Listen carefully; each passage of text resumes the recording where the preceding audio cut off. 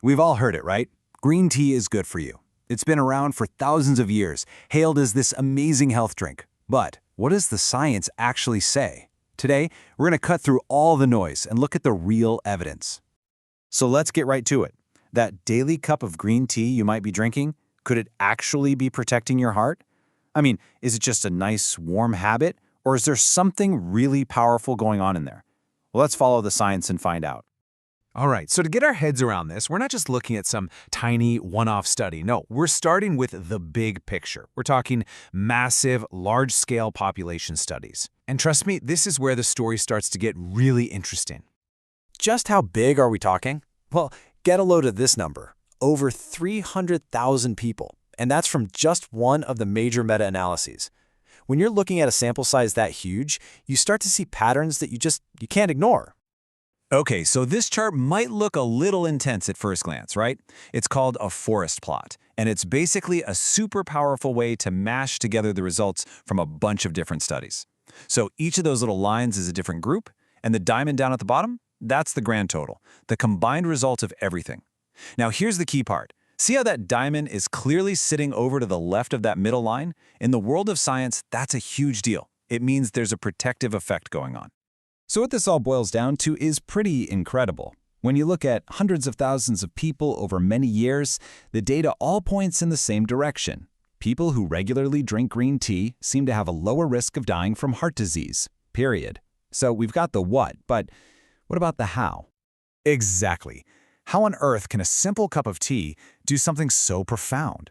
Well, to answer that, we have to go from that huge 300,000-foot view all the way down to the microscopic level, because there is a literal battle happening inside your body right now. And to make this biology make sense, we're not going to throw a bunch of jargon at you. Instead, we're going to tell it like a story. Imagine your body is a bustling city, and your arteries are the streets. You've got to keep those streets clean for traffic to flow smoothly, right?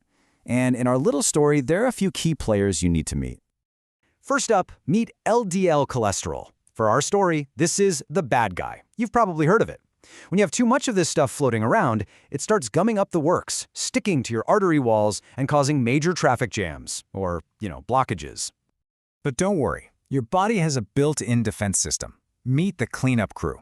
Their official name is LDL receptors, or LDLRs for short, and their whole job, their entire purpose, is to hang out on your liver cells and just snatch that bad LDL cholesterol right out of your blood. They're the good guys. But, of course, every good story needs a villain, and that's where this guy comes in.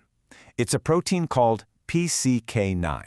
Let's just call it the saboteur. And its mission is, frankly, diabolical. It seeks out and destroys your cleanup crew, preventing them from doing their job. So here's how the whole messy situation goes down. The saboteur, PCK9, is out there hunting down your cleanup crew. It finds them, binds to them, and basically takes them out. So now, with fewer cleaners on the streets, what happens? The bad guy, that LDL cholesterol, starts to pile up, and that leads to big trouble. Which brings us to the million-dollar question. Can anything stop this saboteur? Well, you probably know where this is going. This is the moment where that humble cup of green tea steps into the spotlight, because inside that tea is a hero molecule, and it is ready for a fight. So, let's meet our hero. Its name is EGCG.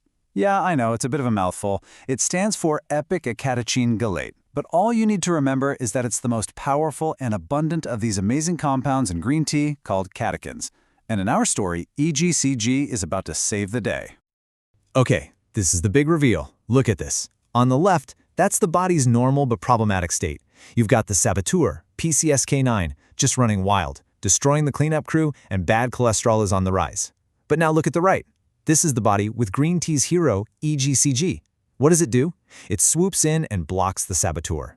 It literally gets in the way. And by doing that, it saves the cleanup crew, letting them get back to work, clearing all that nasty LDL cholesterol out of your blood. It's really cool.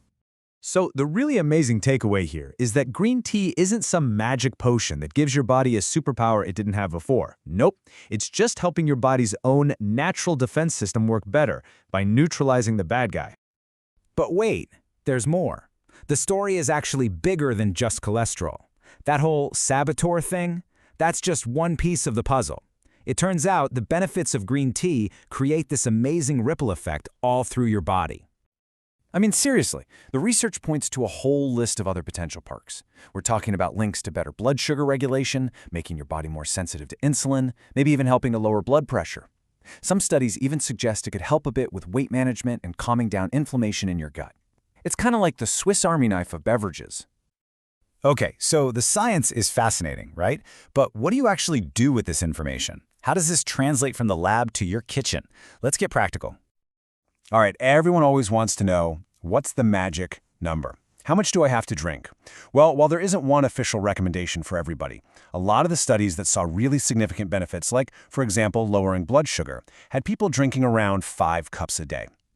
And believe it or not, how you make your tea actually matters. If you want to get the most bang for your buck, the most of those hero catechins, you don't want to use boiling water. It actually scalds the leaves. So, the pro tip is to bring the water to a boil. Then, just let it sit and cool down for a minute or two. You're aiming for about 185 Fahrenheit or 85 Celsius. Let it steep for about 3 minutes and try to drink it pretty soon after. Those good guy molecules can degrade over time. Okay, before we get too carried away, let's talk about a few important things to keep in mind. First, remember green tea has caffeine, so if you're sensitive, just be aware. Also, all these amazing benefits can get canceled out pretty quick if you load your tea up with sugar or cream. And this one is really important. Green tea can interact with some medications, things like blood thinners or statins. So, as always, if you're thinking of making a big change, just have a quick chat with your doctor first. It's always the smart move. And finally, just to keep everything in perspective, I love this quote from Dr. Richard Bruno, who's a researcher in this field. He says, "Green tea isn't a magic bullet. It can't be expected to overcome an otherwise poor diet or inactive lifestyle."